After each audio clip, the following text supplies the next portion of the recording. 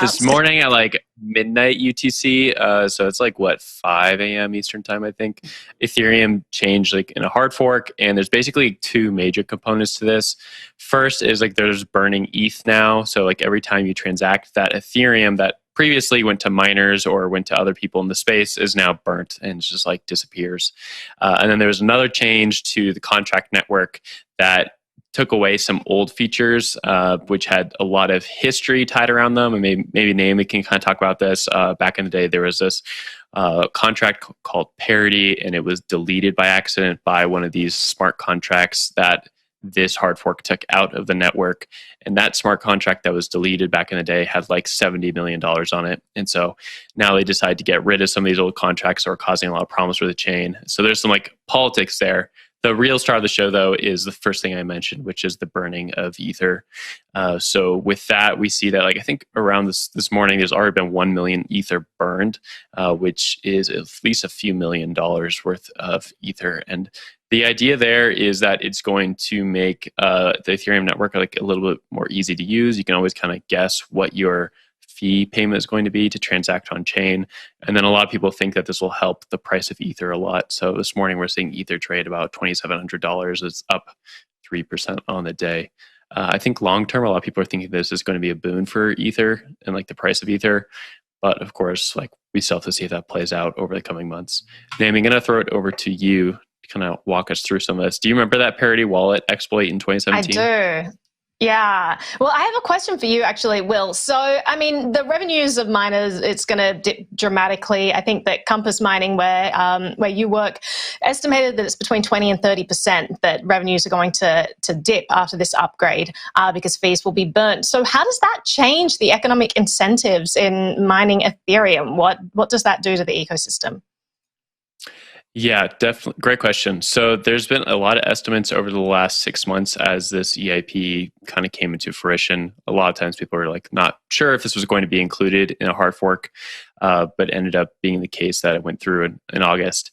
And the estimates put it at around a 20 to 30% revenue drop for Ethereum miners. And so that's why we saw a lot of Ethereum miners adding MEV, which is like the ability to sequence transactions, which is like the equivalent of front running on a Robinhood transaction, like or high frequency trading. You've probably seen that like the Reddit stuff earlier this year. And so a lot of Ethereum miners were adding that tech so that they would be able to make more money. Well, then we also saw over the last 2 months that value they would have been able to earn has also dropped. So Ethereum miners are looking at like, probably around a 30% drop in revenue per month, which is a decent amount of value if you're trying to make a business out of it. But Adam, I saw your hand go up. I'm going to throw it to you. Yeah, so quick correction. The amount of Ether that's been burned so far since this went live is actually 799.9 ETH. Which is the equivalent of just over $2 million. Yeah, so a little difference. Hasn't been millions of ETH yet. But it is millions of dollars. It is, like I said, a little bit over $2 million. And of course, we expect to see that number grow and grow and grow as this continues to go out.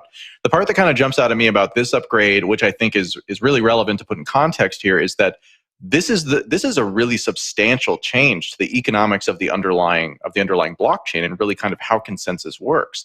You know, you could do things that are more serious, but this is pretty high up there as it goes.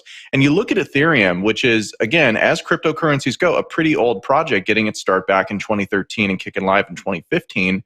And it is still making these very large changes and, broadly speaking, appears to have a lot of consensus. We didn't really see a significant hard fork or a different version of the chain split off, which is something that was very possible here. And I think that contrasts pretty significantly to where Bitcoin is right now.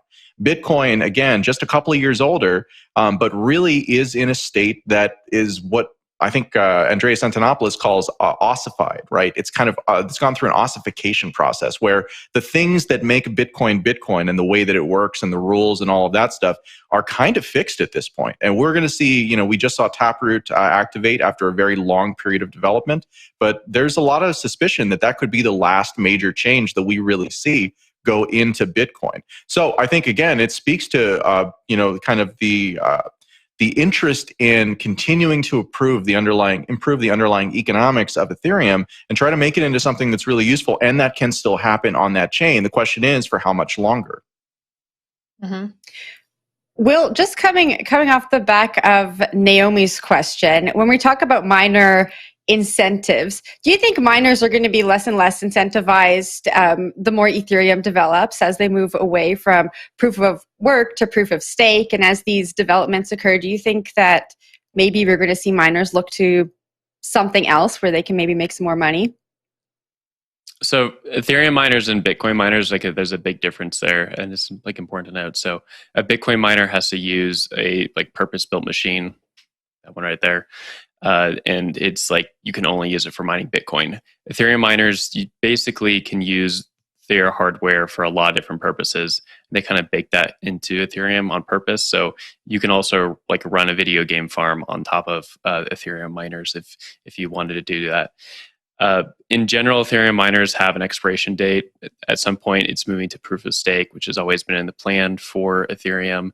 Right now, it's still a good time to be an Ethereum miner. They make a ton of money. That's the highest grossing revenue for any blockchain. But you just have to be cognizant of the fact that at some point, there's an expiration date for Ethereum mining.